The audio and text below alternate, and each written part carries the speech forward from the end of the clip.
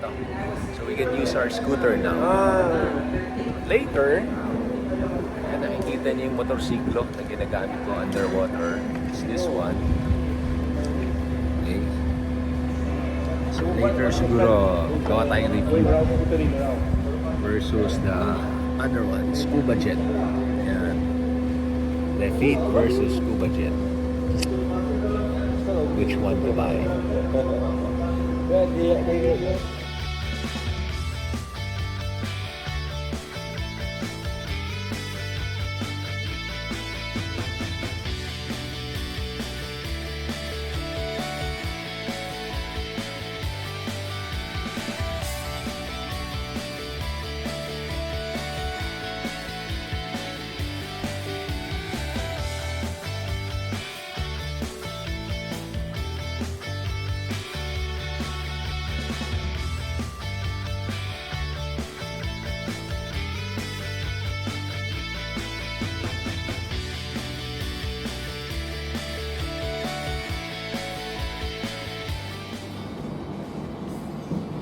Good morning.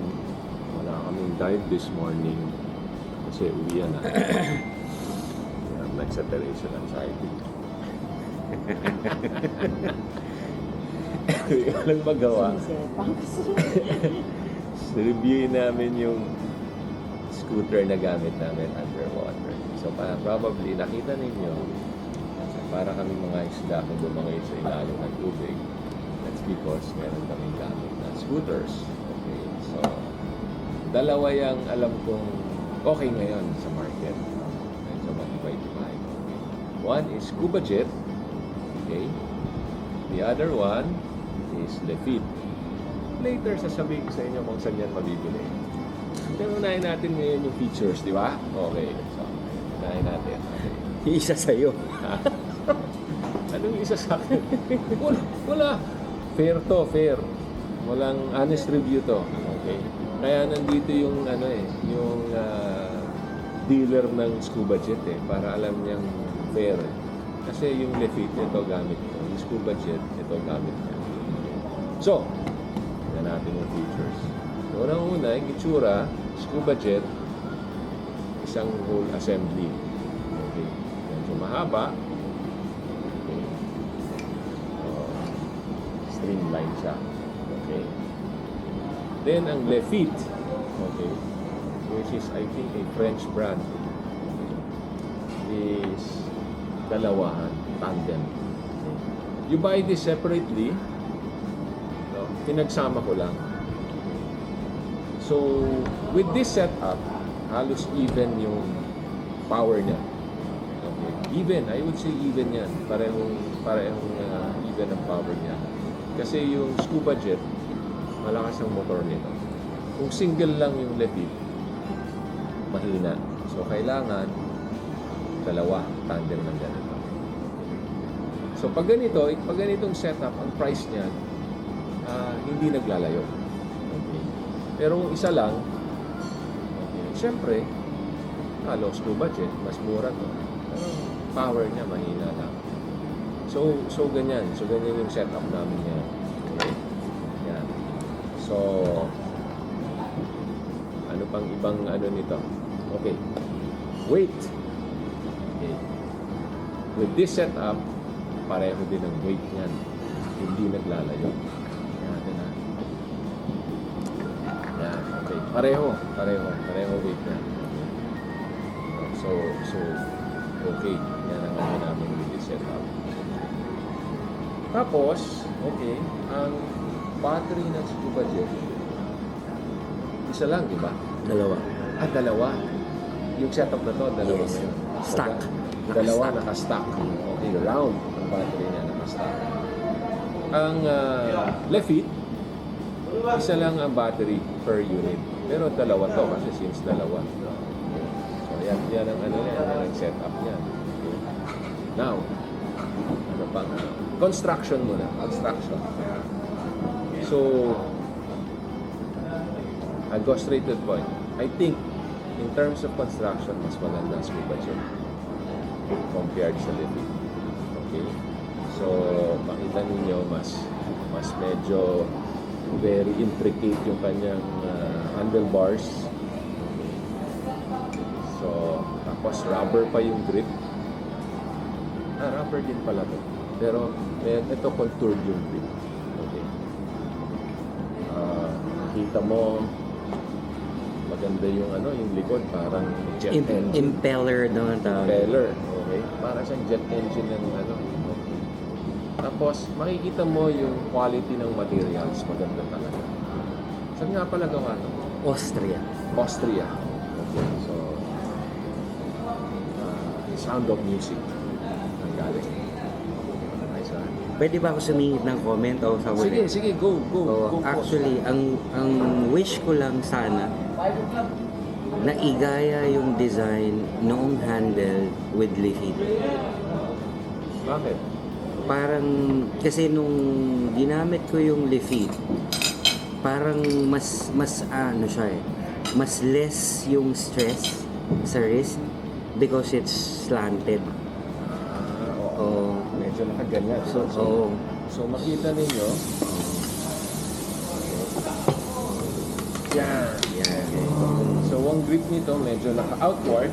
Tama. Tapos Dapat mamaya na may nasilimak.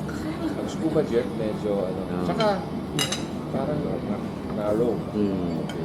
Itong wider yung set. Okay. Sige pa. Ano pa, boss?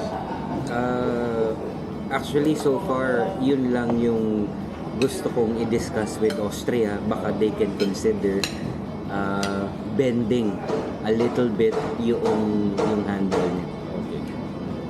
So, nagtatagalog kami, pang Philippines lang tong review namin. At kailan ba English? Hindi na, pang Philippines lang tayo. Ayan, ayos ko. Okay. So, yun, So, yun. Tapos, ang niya, ang screen niya, LCD na color. Wala pa 5 minutes sa akin. Ganda. LCD colored yan, no?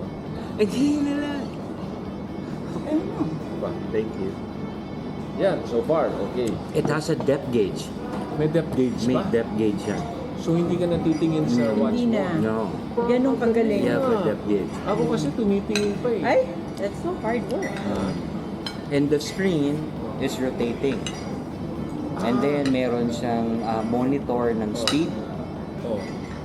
and yun, it's colored. Plus, di ba nalalagyan ng headlight dito? May option. May option, lagyan ng headlight. More expensive though, but we don't see the need because we have our It torches. will consume battery sa... Exactly. Ano pa? I like the lanyard. It's made in Austria. Gawa ba? Ngayon lang ako nakakita standard niya. to? It's included. Okay. Pwede ako mag-order. Pwede. Ayan, Pwede. order ako. So, babalik ako ngayon sa Lefeet. Okay, ito yung unit ko. Ito yung personal na gamit ko. Yan. Unang-una, ang gusto ko dito is pagka-modular niya. Kasi, let us say, nasa resort ako, kasama ko family ko, and yung mga kids ko gusto paglaruan, hinahati ko sa dalawa. So, tig-isa sila ngayon sa pool. Dito need the power naman sa pool, walang kuryente. So, napaglalarawan nilang dalawa, tig-isa sila. Okay, so that's one thing. Also, yung modularity niya, you can add up to 4 units. So, kung kulang pa yung power ng dalawa, pwedeng 3, pwedeng 4. Okay? Ha? Yan, ha? Ayan. Okay. Ang niya, bracketing, very simple. Parang stamp lang. Aluminum stamp. Aluminum ang bracketing. Okay. So, yan. Ang battery niya, okay. Actually, yung battery mismo, pinapasok yan sa loob. Yung compartment, pinapasok ng tubig yan. Yung battery ang sealed. Okay? Kaya yung connector niya, may rubber dyan. Pag kabit mo ng battery, sealed yung battery. So, pumapasok talaga yung water sa compartment. Galing ng connection niya sa loob. Itong setup ko usually, hindi naman dalawang controller yan. Morning, Mike. Morning. Hindi naman dalawa.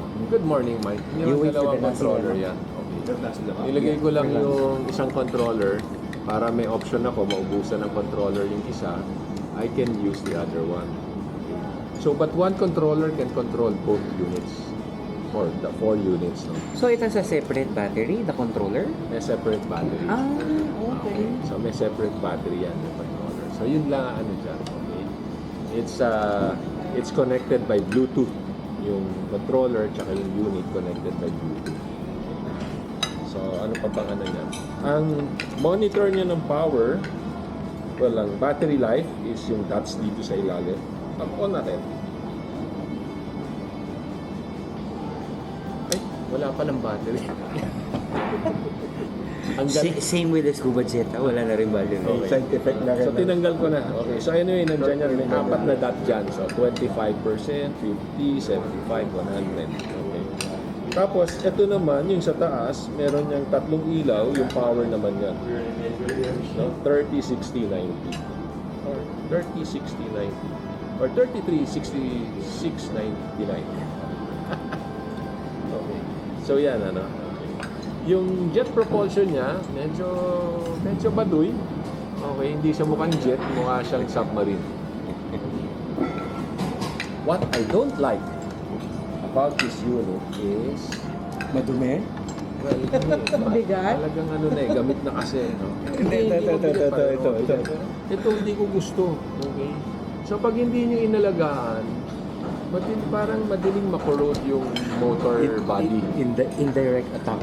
Diba? Hindi, honest. Okay, so what I don't like about this is yung motor body niya parang madaling makulot. So kailangan linisin ang gusto. Okay, patuyin ang gusto bago nyo store. Yan ang complaint ko dito. Ano ko pang ano ko dito? Good morning. So you have to disassemble everything para malinis mo yung Sinusundot ko ng ano, Ay, hindi siya ng chopstick. natatanggal. Hindi ko ayokong ano wala pa akong lakas ng loob tanggalin pero natatanggal. In fact, yung propeller niya, may nabibili kang ibang klaseng propeller. Sabi nila mas tahimik or mas maganda propulsion, parang accessory. So yun. Okay. So finally, price. Okay.